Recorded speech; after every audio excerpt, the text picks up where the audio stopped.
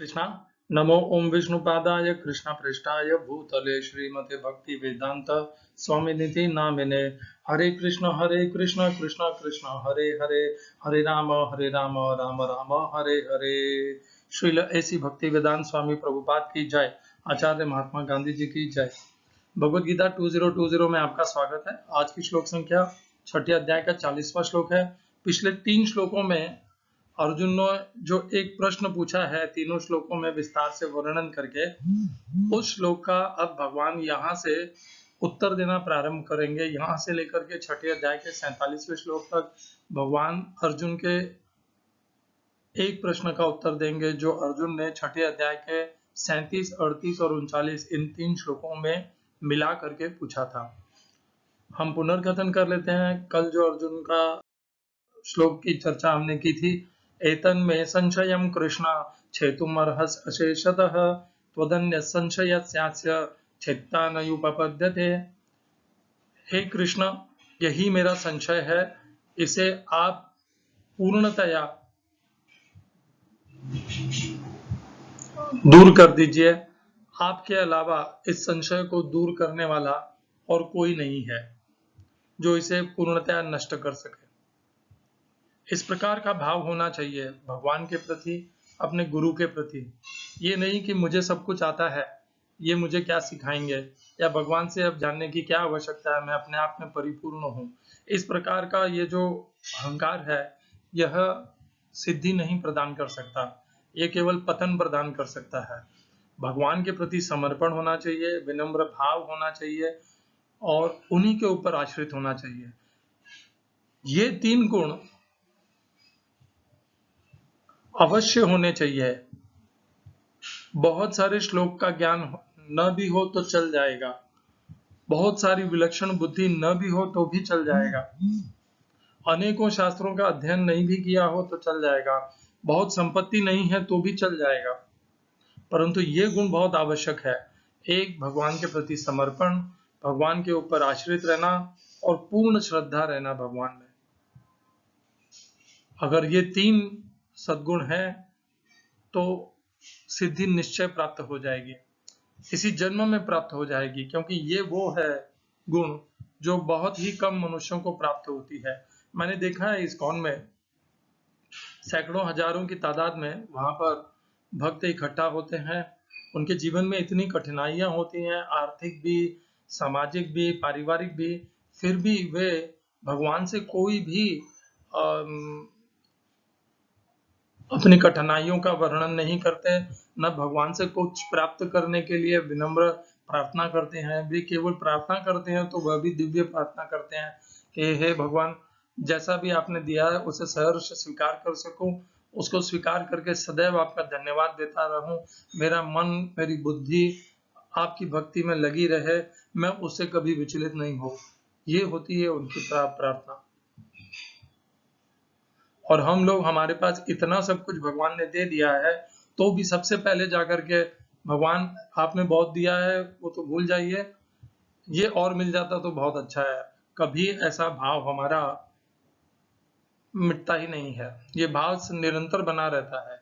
यदि भगवान ने वह भी दे दिया तो अगली बार आएंगे जाएंगे तो फिर कोई और नई प्रार्थना होगी कि भगवान ये मिल जाता तो और अच्छा होता। तो ये हमारा भाव है कि हमें भगवान ने जितना भी दिया उससे हम संतुष्ट नहीं होते, और वो जो भक्त हैं, शुद्ध निश्चल भक्त, उन्हें भगवान ने कुछ भी नहीं दिया हो आर्थिक और सामाजिक और पारिवारिक में, तो भी वे संतुष्ट है। यदृच्छा लाभ संतुष्ट द्वंद्वा अतीतो विमत्सरः समसिद्धौ व सिद्धौ च कृत्वा अपि न निबध्यते। यदृच्छा लाभ संतुष्ट, जो कुछ भी भगवान की इच्छा से कर्मफलों के कारण प्रकृति ने प्रदान कर दिया उसे वे सहर्ष स्वीकार कर लेते हैं। भगवान से और कुछ इस आने और जाने वाले, प्राप्त होने वाले और बिछड़ने वाले संसार में और कुछ नहीं मांगते वे, और भगवान से यही प्रार्थना करते हैं कि उनका मोह नष्ट हो जाए, अज्ञान नष्ट हो जाए, उनका मन बुद्धि भक्ति में लगे रहे। इसी प्रकार का दृढ़ विश्वास होना चाहिए भगवान के प्रति। पूछना है तो केवल भगवान से पूछना है या अपने आध्यात्मिक गुरु से पूछना है, इधर उधर व्यर्थ में मत पूछिए। बाकी के सब अभी स्वयं इस मार्ग में चल रहे हैं, अभी उन्होंने खुद ही सिद्धि प्राप्त नहीं की है, उनके अंदर स्वयं के अंदर अज्ञान और मोह है, तो वह कहां से आपको प्रकाश दिखा पाएंगे? प्रकाश तो वही दे सकता है जो स्वयं सच्चिदानंद हो, और वह भगवान श्री कृष्ण है। इसीलिए वह योग योगेश्वर है, योग के ईश्वर भगवान श्री कृष्ण। और जो उनकी शरण में जाता है वह निश्चय ही श्री विजय पाता ही है। यत्र योगेश्वर कृष्ण यत्र पार्थो धनुर्धर तत्र श्री विजयो भूति ही ध्रुवा नीतिर्मतिर्मम। उन्हीं में नीति भी होती है, दृढ़ता भी होती है। ध्रुवा नीति ही मति ही मम। आज की श्लोक संख्या 6 अध्याय का 40वां श्लोक। श्री भगवान उवाच पार्थ नैवेह नामुत्र विनाशस्तस्य विद्यते नहि कल्याणकृत कश्चित् दुर्गतिं तात गच्छति। हिंदी अनुवाद गीता यथारूप श्रील प्रभुपाद। भगवान ने कहा, हे वृथा पुत्र, कल्याण कार्यों में निरत योगी का न तो इस लोक में और न परलोक में ही विनाश होता है। हे मित्र, भलाई करने वाला कभी बुरे से पराजित नहीं होता। English translation Gita as it is Swami Prabhupada. The blessed Lord said, son of Pritha, a transcendentalist engaged in auspicious activities does not meet with destruction either in this world or in the spiritual world. One who does good, my friend, is never taken to evil. इस श्लोक में प्रयोग किए गए संस्कृत शब्दों के अर्थ हैं, श्री भगवान वाच, श्री भगवान ने कहा, पार्थ, हे प्रथापुत्र, न एव, कभी ऐसा नहीं है, इह, इस जगत में, इस संसार में, न, कभी नहीं, अमुत्र, परलोक में, अगले जन्म में, परलोक में, विनाश, नाश होता, तस्य, उसका, विद्यते, होता है। दूसरी पंक्ति, न, कभी नहीं, ही, निश्चय ही, कल्याणकृत, कल्याण, शुभ कार्यों में लगा हुआ, कश्चित, कोई भी, दुर्गतिम, दुर्गति को, तात, हे प्रिय, हे मेरे मित्र, गच्छति, प्राप्त होता है। इस श्लोक का तात्पर्य भगवद गीता यथारूप श्रील प्रभुपाद द्वारा श्रीमद् भागवत में श्री नारद मुनि व्यासदेव को इस प्रकार उपदेश देते हैं, यदि कोई समस्त भौतिक आशाओं को त्याग कर भगवान की शरण में जाता है तो इसमें न तो कोई क्षति होती है और न पतन। दूसरी ओर अभक्त जन अपने अपने व्यवसायों में लगे रह सकते हैं, फिर भी वे कुछ प्राप्त नहीं कर पाते। भौतिक लाभ के लिए अनेक शास्त्रीय तथा लौकिक कार्य हैं। जीवन में आध्यात्मिक उन्नति अर्थात कृष्ण भावनामृत के लिए योगी को समस्त भौतिक कार्यकलापों का परित्याग करना होता है। कोई यह तर्क कर सकता है कि यदि कृष्ण भावनामृत पूर्ण हो जाए तो इससे सर्वोच्च सिद्धि प्राप्त हो सकती है, किंतु यदि यह सिद्धि प्राप्त न हो पाई तो भौतिक एवं आध्यात्मिक दोनों दृष्टियों से मनुष्य को क्षति पहुंचती है। शास्त्रों का आदेश है कि यदि कोई स्वधर्म का आचरण नहीं करता तो उसे पाप फल भोगना पड़ता है, अतः जो दिव्य कार्यों को ठीक से नहीं कर पाता उसे फल भोगना पड़ता है। भागवत पुराण आश्वस्त करता है कि असफल योगी को चिंता करने की आवश्यकता नहीं है, भले ही उसे ठीक से स्वधर्माचरण न करने का फल भोगना पड़े तो भी वह घाटे में नहीं रहता, क्योंकि शुभ कृष्ण भावनामृत कभी विस्मृत नहीं होता। जो इस प्रकार से लगा रहता है वह अगले जन्म में निम्न योनि में भी जन्म लेकर पहले की भांति भक्ति करता है। दूसरी ओर जो केवल नियत कार्यों को दृढ़ता पूर्वक करता है, किंतु यदि उसमें कृष्ण भावनामृत का अभाव है तो आवश्यक नहीं कि उसे शुभ फल की प्राप्त हो। इस श्लोक का तात्पर्य इस प्रकार है, मानवता के दो विभाग किए जा सकते हैं, नियमित तथा अनियमित। जो लोग अपने जन्म तथा मुक्ति के ज्ञान के बिना पाश्विक इंद्रिय तृप्ति में लगे रहते हैं वे अनियमित विभाग में आते हैं। जो लोग शास्त्रों में वर्णित कर्तव्य के सिद्धांतों का पालन करते हैं वे नियमित विभाग में वर्गीकृत होते हैं। अनियमित विभाग के संस्कृत तथा असंस्कृत, शिक्षित तथा अशिक्षित, बली तथा निर्बल लोग पाश्विक वृत्तियों से पूर्ण होते हैं। उनके कार्य कभी भी कल्याणकारी नहीं होते, क्योंकि वे पशुओं की भांति आहार, निद्रा, भय तथा मैथुन का भोग करते हुए इस संसार में निरंतर रहते हैं, जो सदा ही दुखमय है। किंतु जो लोग शास्त्रीय आदेशों के अनुसार संयमित रहते हैं और इस प्रकार क्रमशः कृष्ण भावनामृत को प्राप्त होते हैं, वे निश्चित रूप से जीवन में उन्नति करते हैं। कल्याण मार्ग के अनुयायियों को 3 वर्गों में विभाजित किया जा सकता है। भौतिक संपन्नता का उपभोग करने वाले शास्त्रीय विधि विधानों के अनुयायी, इस संसार से मुक्ति पाने के लिए प्रयत्नशील लोग तथा कृष्ण भावनामृत के भक्त। प्रथम वर्ग के अनुयायियों को पुनः 2 श्रेणी में विभाजित किया जा सकता है, सकाम कर्मी तथा इंद्रिय तृप्ति की इच्छा न करने वाले।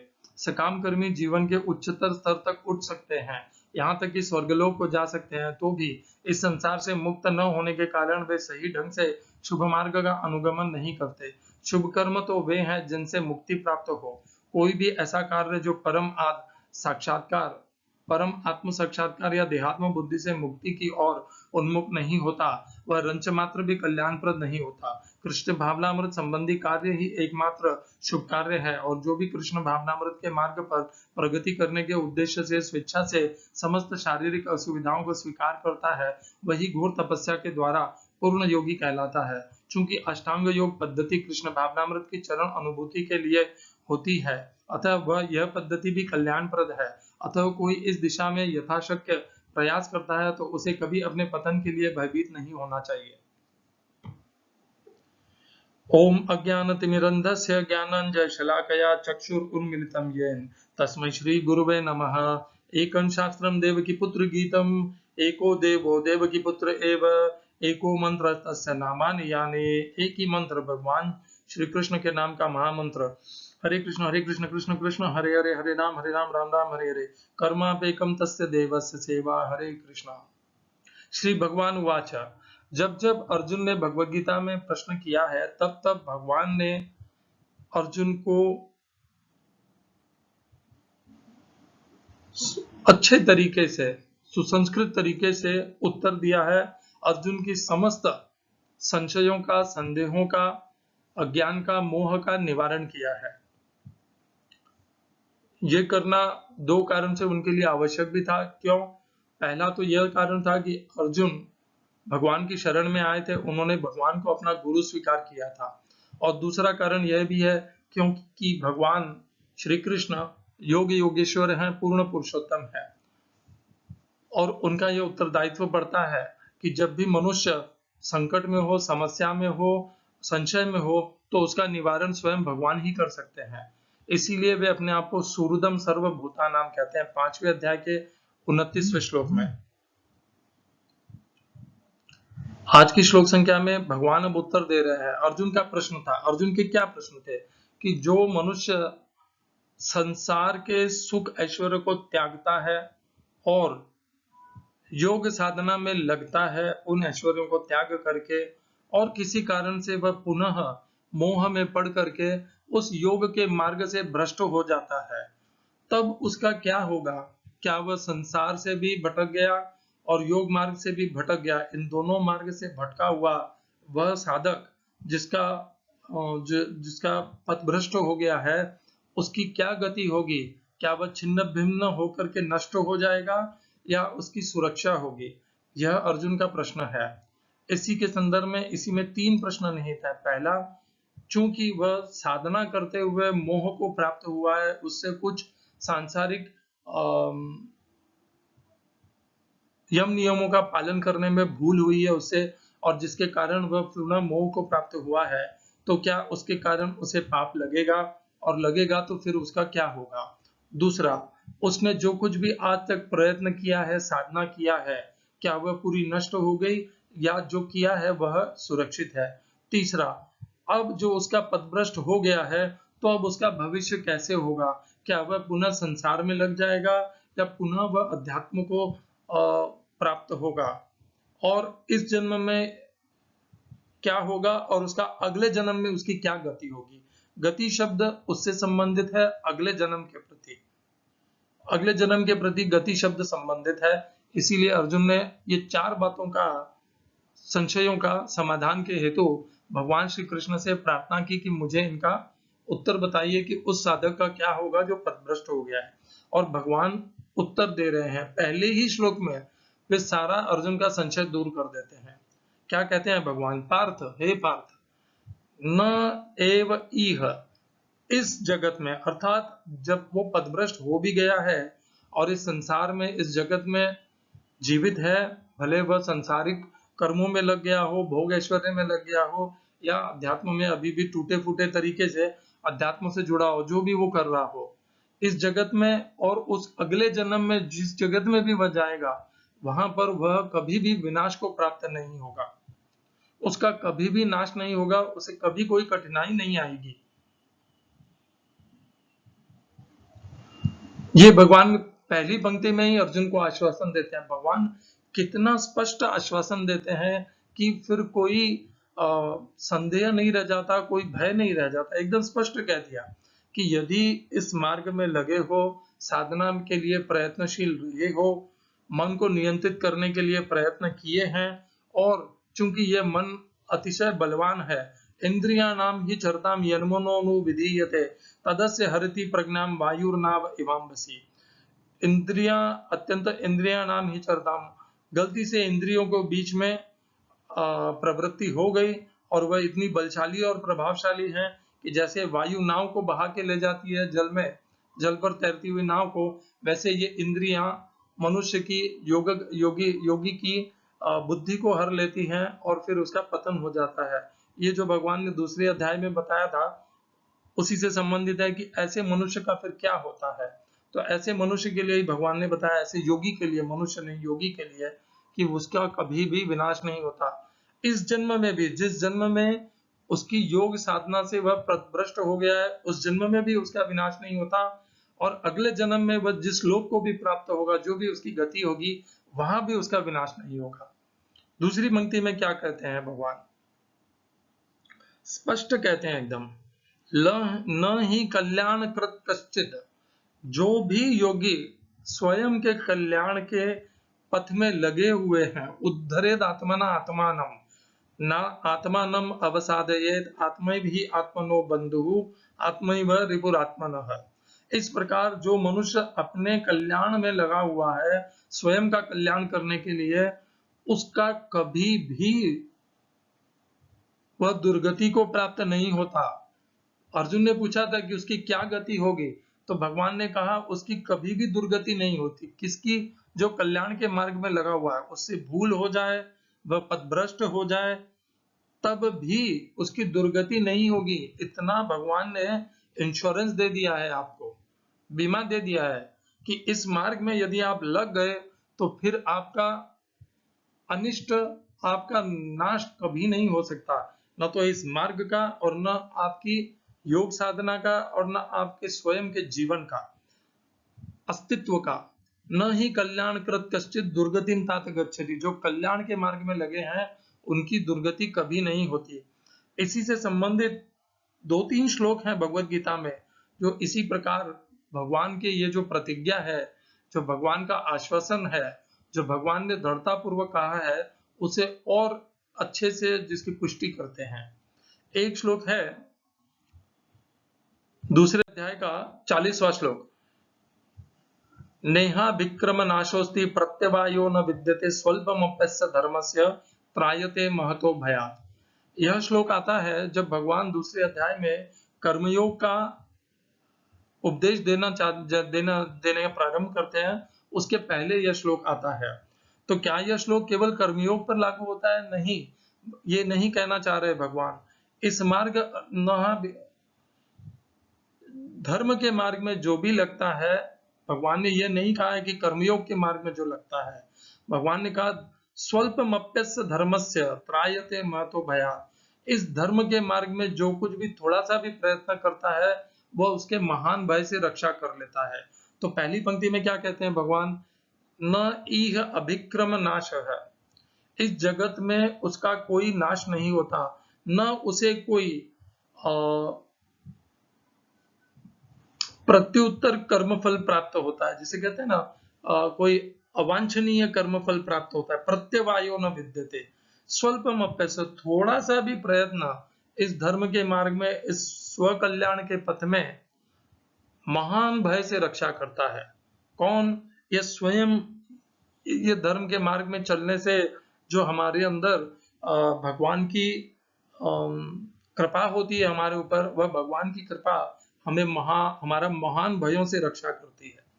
तो इस श्लोक में भी भगवान ने आश्वासन दे दिया था कि कल यह आवश्यक नहीं है कि सिद्धि की पूर्णता प्राप्त हो, इस मार्ग में भी यदि हम चल पड़े और हमने मन से, दृढ़ता से इस मार्ग में प्रयत्न किए, और यदि थोड़े भी किए तो भी महान भयों से हमारी रक्षा यह स्वयं करेगा, स्वयं भगवान श्री कृष्ण करेंगे। और इस मार्ग में पथभ्रष्ट हो जाने से, गिर जाने से कुछ भी उल्टा परिणाम नहीं मिलता। ऐसा ही एक श्लोक भगवान 9वें अध्याय में भी बोलते हैं, कुछ इसी से संबंधित। तो 9वें अध्याय में भगवान कहते हैं, अपि चेत्सु दुराचारः भजते माम अनन्य भाग साधुरेव स मन्यते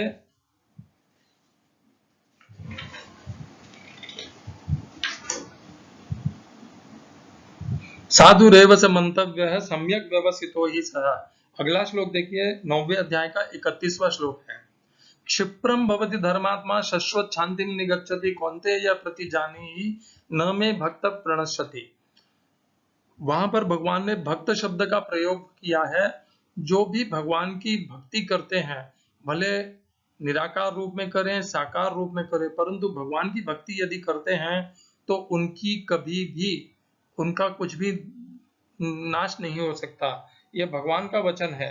क्षिप्रम भवति धर्मात्मा, भगवान कहते हैं जो भी मेरी इस मार्ग में लगता है, अपि चेत्सु दुराचारः भजते माम अनन्य भाग, जो मेरा भजन पूजन करता है। आवश्यक क्या है?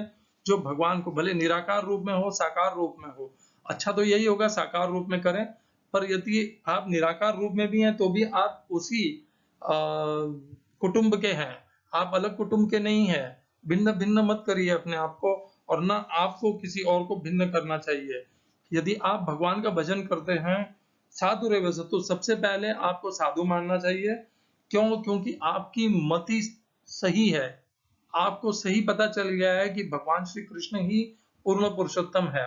फिर भगवान ने क्या आश्वासन दिया? क्षिप्रम भवति धर्मात्मा, बहुत जल्दी आप देखेंगे जो भी मनुष्य भक्ति के मार्ग में लगता है वह धीरे धीरे अपने धर्म के प्रति बहुत सजग हो जाता है, जागरूक हो जाता है, और वह अधर्म में से हटाने लग जाता है, स्वयं को नियंत्रित करने लग जाता है। उसके अंदर धर्मात्मा का भाव अपने आप में उत्पन्न होने लग जाता है।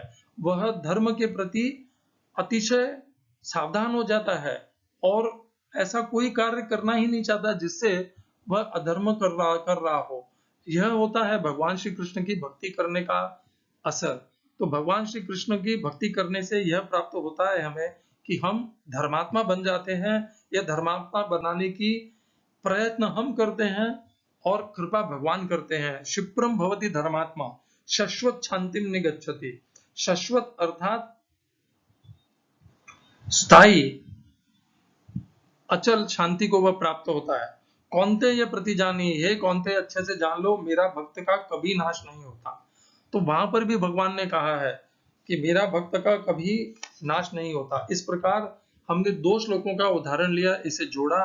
दूसरे अध्याय का 40वां श्लोक, 9वें अध्याय का 31वां श्लोक, इन दोनों में भगवान ने यही वचन कहे कि जो भी भगवान की भक्ति में लग जाता है या स्वयं के कल्याण के मार्ग में लग जाता है, ये दोनों एक ही बात है।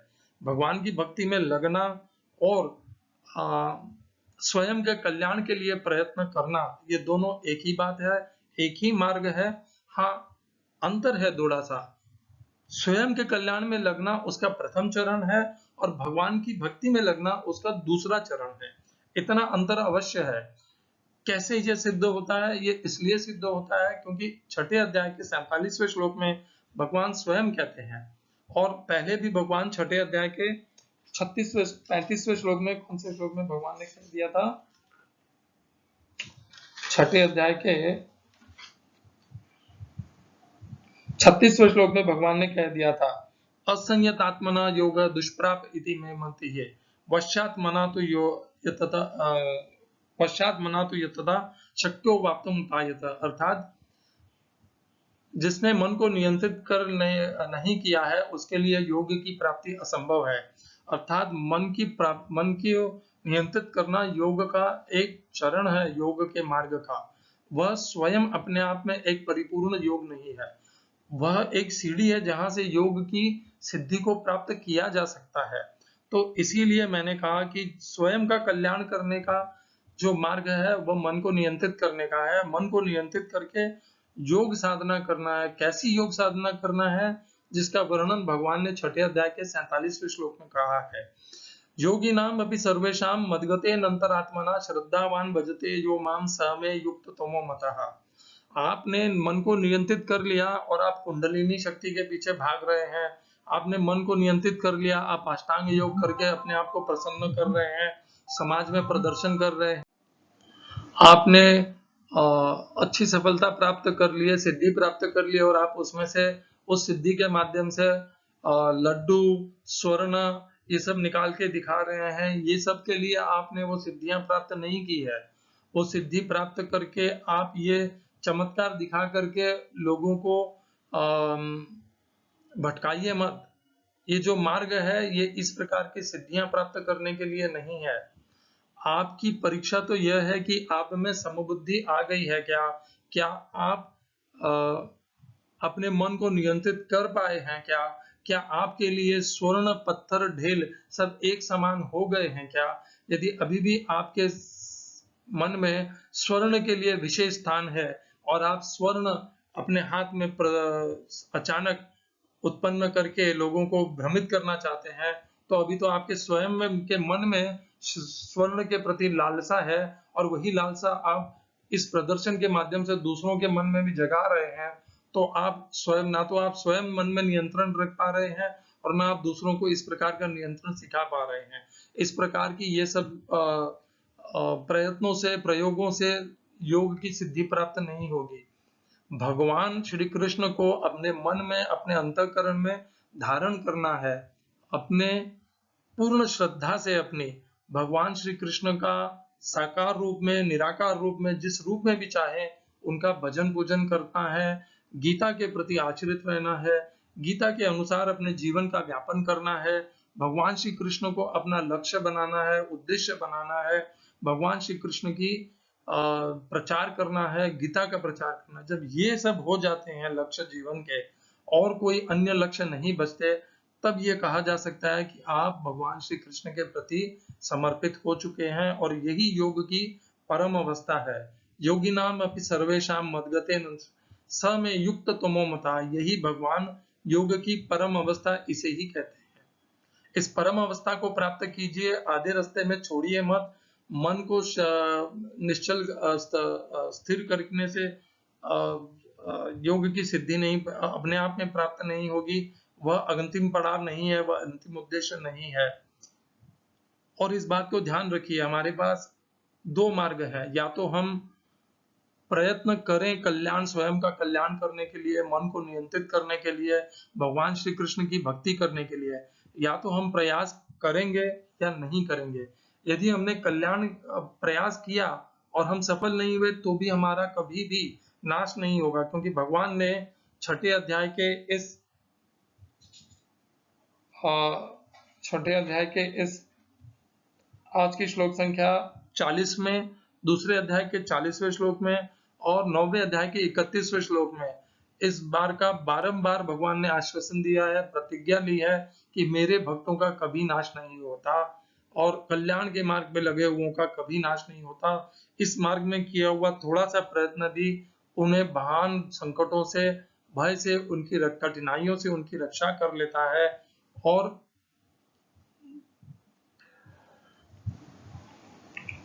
इसी प्रकार भगवान ने बार बार हम सबको आश्वासन दिया। दूसरे अध्याय का 40वां श्लोक, मैं बार बार भूल जा रहा हूं, उस श्लोक में भगवान ने कहा है,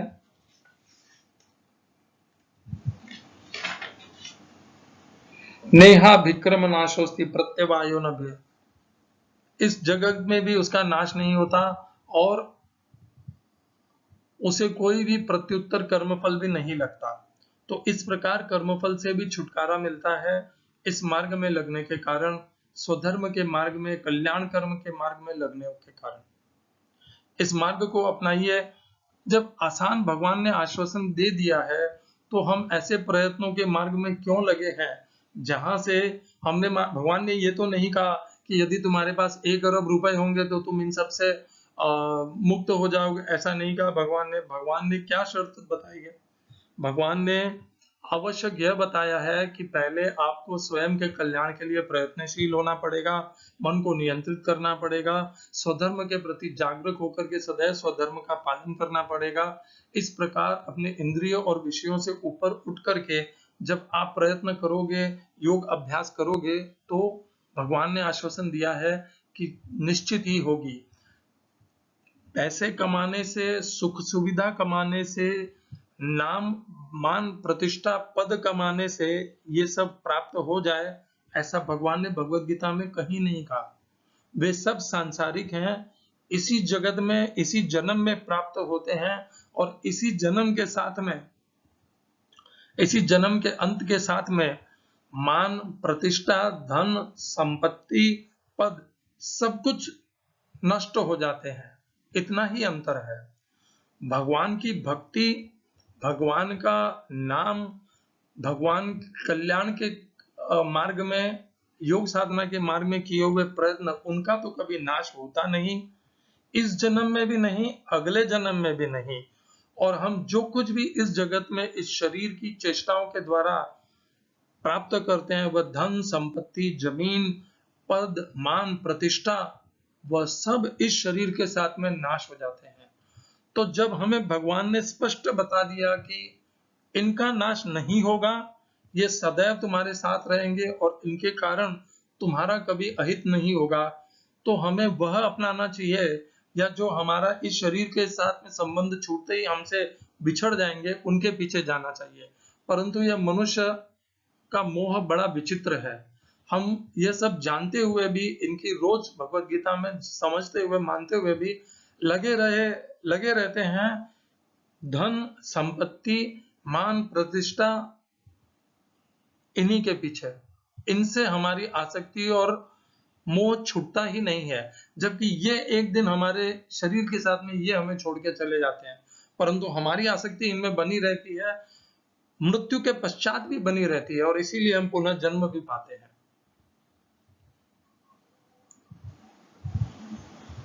उस नित्य के प्रति जागिए।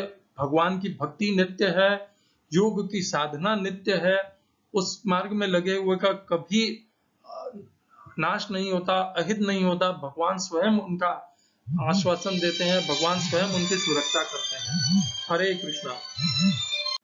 श्रील ऐसी भक्ति वेदांत स्वामी प्रभुपाद की जय। आचार्य महात्मा गांधी जी की जय।